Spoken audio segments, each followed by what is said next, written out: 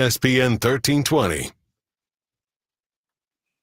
As James Ham, Kyle Madsen, and Dr. Nirav Pandya joining us. He is the professor of UCSF orthopedic surgery and the director of sports medicine at Benioff Children's Hospital. Dr. P, how you doing, man?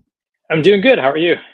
Was doing better prior to about 1:47 yesterday afternoon. We're not injured. That's all we can tell. Good. We're doing great. Holy smokes. Dr. Pandya, appreciate you so much for hopping on with us. I want to start here in Sacramento, and then we'll shift to the 49ers. But the Kings announced yesterday that Keegan Murray has a torn UCL in his left thumb. How does that type of injury impact an athlete? Because I think about it, and yeah, I figure it's painful, but if he's shooting with his right hand, I wonder, okay, why are they electing to have surgery on this injury?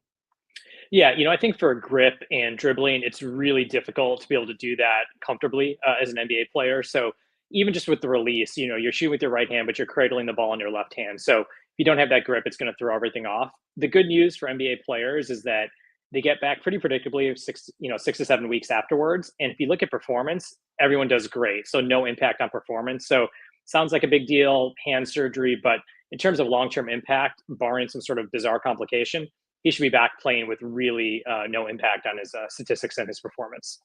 Dr. P, we've seen this injury before with Domantas Sabonis, and even Keegan Murray had injured his thumb before. But what's the difference between a torn UC ligament and an avulsion fracture in the UC ligament, just so people understand? Yeah, so basically when you injure that, two different things can happen. One is, you can imagine, ligaments connect bone to bone. So if you tear the ligament, then basically it's not going to heal very predictably, because ligament, stuff that's soft doesn't like to heal together. But when you have an avulsion, what happens is that ligament pulls a piece of bone off, and it's easier for bone to heal back to bone. So a lot of times these avulsions don't necessarily need surgery.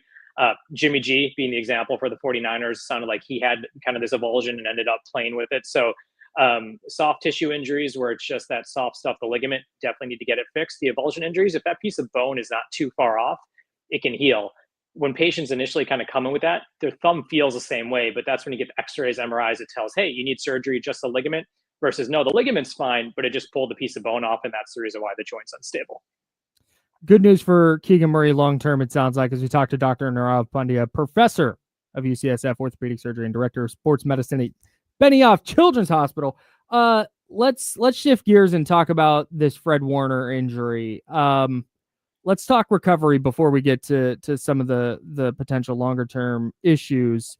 What are some of the potential complications or additional injuries that could come? We hear dislocated ankle. What are the additional things they're looking for when it comes to that dislocated ankle?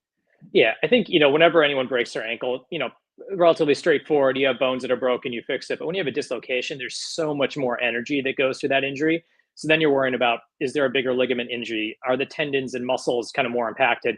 And really importantly, like, what happens to the cartilage? That's kind of the more longer term thing. So there's just additional stuff that you're looking for.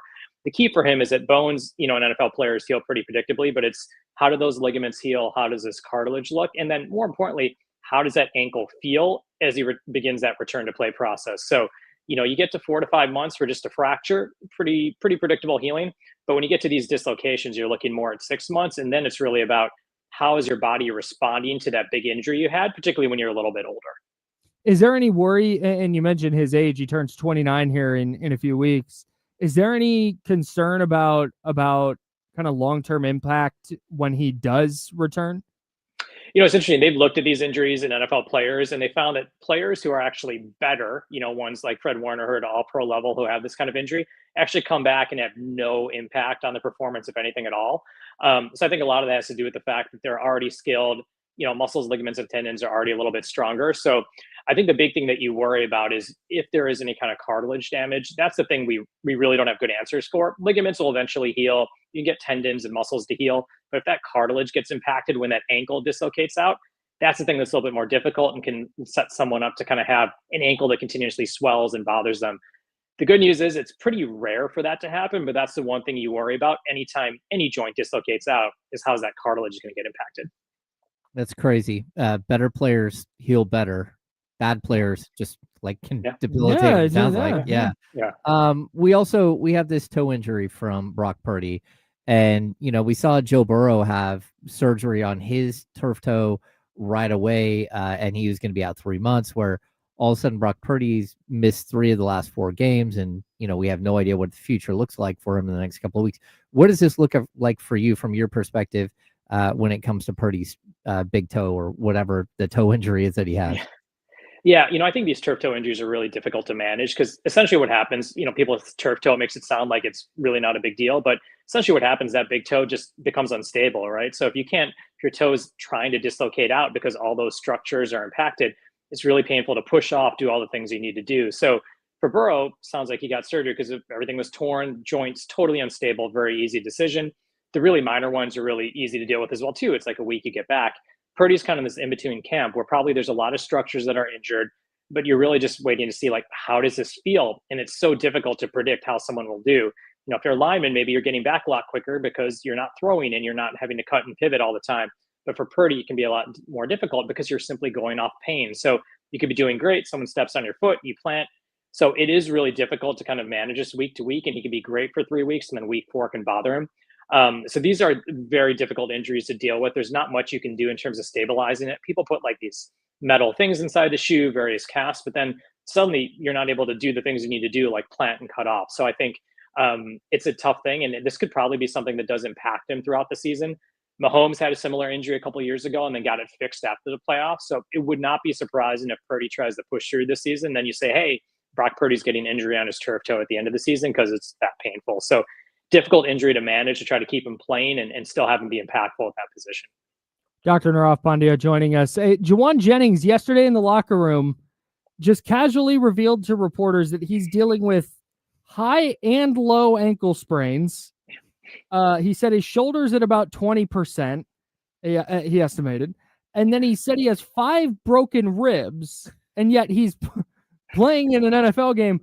Is this just going to be something that all year he's never going to be anywhere close to 100% because he's not giving those injuries time to fully heal? Yeah, I mean, you get that compilation of injuries. I mean, each of those individually takes like 4 to 5 weeks to heal. So if he's playing every week, he's going to be aggravating them and also then stressing everything else in his body as well too. I mean, if you've got rib injuries, you've got your high and low ankle sprains, you're probably compensating elsewhere. And he plays at a position where you're constantly getting impact. I think this is going to be one of those things where if he's trying to play every week, it's going to continuously get bothered. So I do worry about what his performance will be, and less so about him missing time, but also like, is that going to impact him if he wants to make a catch down the middle? Is he going to try to get yards after contact? Because, especially with the ribs, I mean, it's hard enough for someone with a rib fracture to breathe, not to mention having a 250-pound safety try to impact you. So it's those subtle things I get worried about. Are his statistics going to be impacted because he's just simply worried about getting hurt, which we're all human. It's going to impact him. So that's something I worry about. It might be good for him to get a couple weeks off, but with the receiver core being the way that it is, it's hard for him to be like, look, I'm going to take a couple weeks off while we're playing, 5th or 6th or 7th options for whoever's a quarterback to throw to. We got one more question here for you. The 49ers have a handful of guys dealing with calf and hamstring injuries. What do the training staff look for when they're trying to determine return to play and, grade 1 versus grade 2, like how quickly you can push a guy back? And what are some of the treatments that maybe the advanced treatments that they're working with right now to get players like this back on the field? Yeah, I think, as far as we've advanced with soft tissue injuries, we have MRIs and all these other things. A lot of it really comes down to how does an athlete feel? And that's where it becomes harder at the professional level, where you're basically saying, how did it feel when you ran? How did you feel when you cut? And for players who are potentially worried about losing their spot or, not getting a bigger contract, sometimes they may downplay the amount that it hurts or how it feels. So a lot of it's based on, can they perform and do things safely? Some of the things that have helped to return kind of athletes quicker are some of these injections that people get. They get platelet-rich plasma, all these other kind of injections that can help biologically heal a lot quicker. And they're learning to push rehab a lot sooner, as opposed to like, hey, sit around for 2 weeks. So I think a lot of it's that fine line between you push someone, but not re-aggravate it. But at the end of the day, it's really based on how are they feeling? How do they look out there? Which really is a crapshoot with a lot of these players, because there's so many different factors going into how they feel and whether they can be impactful. And that's why when you get these injuries early in the season, it's really hard because players are just dealing with so much more in terms of getting back on the field.